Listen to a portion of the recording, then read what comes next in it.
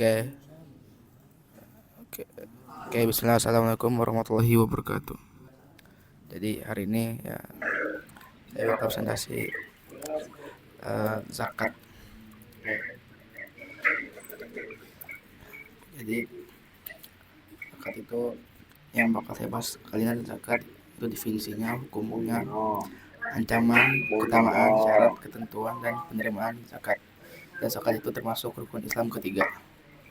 Oke, oke. Pertama definisi zakat. Yang pertama itu al-taharah atau suci dalam bahasa atau nama berkembang.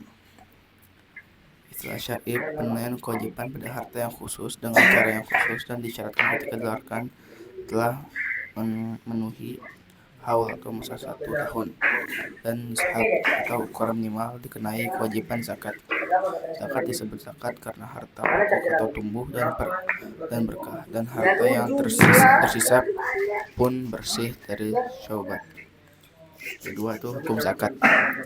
Zakat adalah kewajiban agama dan rukun kegiatan dari rukun Islam. Berdasarkan 3 dalil. Yang pertama itu Al-Quran, surat Al-Muzammil ayat 20, dan dirikanlah sholat dan tunaikanlah zakat.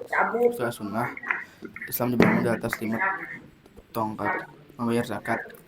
Sahih Bukhari 8 dan Muslim 16. Tadi itu ijma ulama dari Ibnu Qudamah, kaum muslimin seluruh negeri bersepakat bahwa zakat itu wajib. Yang ketiga itu ancaman bagi yang enggan membayar zakat. Di surat At-Taubah yang artinya, dan orang-orang yang menyimpan emas dan perak dan tidak menafkahkannya pada jalan Allah, maka beritahukanlah kepada mereka siksa yang pedih. Jadi orang yang enggan menunaikan zakat dalam keadaan meyakini wajibnya adalah orang fasik dan kemudian siksa pedih di akhirat. Oke, yang keempat itu keutamaan zakat. Pertama, dikaitkan dengan ibadah sholat dalam Al-Quran, dalam surat Al-Baqarah ayat 110. Kedua, rukun Islam. Zakat itu termasuk rukun Islam yang ketiga. Yang ketiga itu indikasi ketakwaan dan sebab masuk surga. Quran surat Az-Zariyat 15-19. Yang keempat, sebab mencapai derajat asyidik dan syuhada. Yang kelima, orang yang mengeluarkan zakat dengan ikhlas akan merasakan manisnya iman. 5. Syarat membayar zakat. Zakat pertama, syarat muzaki atau pembayaran. Harta yang wajib dizakati menurut ulama itu emas, perak, dan mata uang. Yang kedua tuh hewan ternak seperti unta, sapi, dan kambing. Yang ketiga, pertanian dan buah-buahan, contohnya gandum, kurma, dan lain-lain. Oke, syarat harta dimiliki secara sempurna. Yang kedua, harta yang berkembang. Tiga, telah mencapai nishab. Yang keempat, telah mencapai haul atau 1 tahun. 5, kelebihan dari kebutuhan pokok. Keenam, ketentuan zakat mal. 1, emas. Nisabnya itu 20 dinar atau 85 gram emas murni. Dan perlu didapatkan 2,5%-nya.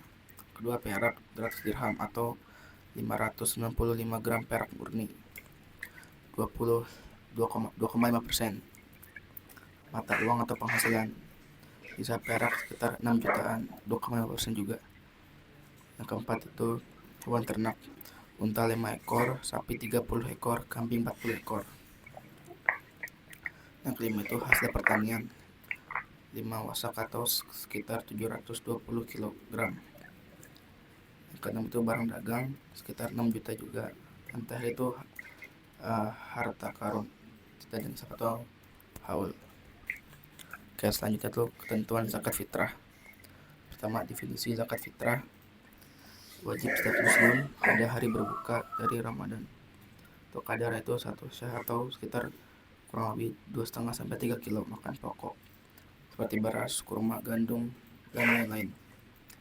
Itu setiap muslim yang mampu atau punya kelebihan makanan malam dan siang pada Idul Fitri, kepala keluarga menanggung seluruh anggota. Itu waktu waktu afdol untuk membayar zakat fitrah. Itu dari terbit fajar Idul Fitri hingga sebelum sholat Id, boleh 1 atau 2 hari sebelum Id. Dan zakat fitrah itu bisa dalam berupa bentuk makanan pokok, bukan uang, menurut ulama termasuk Imam Ahmad. Ini adalah 8 golongan penerima zakat. Dalam surat At-Taubah menggunakan kata nama yang menunjukkan batasan hanya untuk 8 golongan. Yang pertama itu fakir atau miskin, tidak punya harta dan tidak mampu bekerja. Kedua itu miskin, punya penghasilan tapi tidak mencukupi. Yang ketiga itu amil, pengurus atau pengolah zakat. Yang keempat itu mu'alaf, yang dibujuk hatinya untuk masuk Islam. Yang kelima itu rikab, untuk memerdekakan budak. Kedua itu gahrimin, yang terlihat utang bukan untuk kemaksiatan. Ketujuh itu fisabilillah, untuk jalan Allah. Yang ke-8 itu sabil musafir, kehabisan bekal di perjalanan. Oke, sekian dari saya. Wassalamualaikum warahmatullahi wabarakatuh.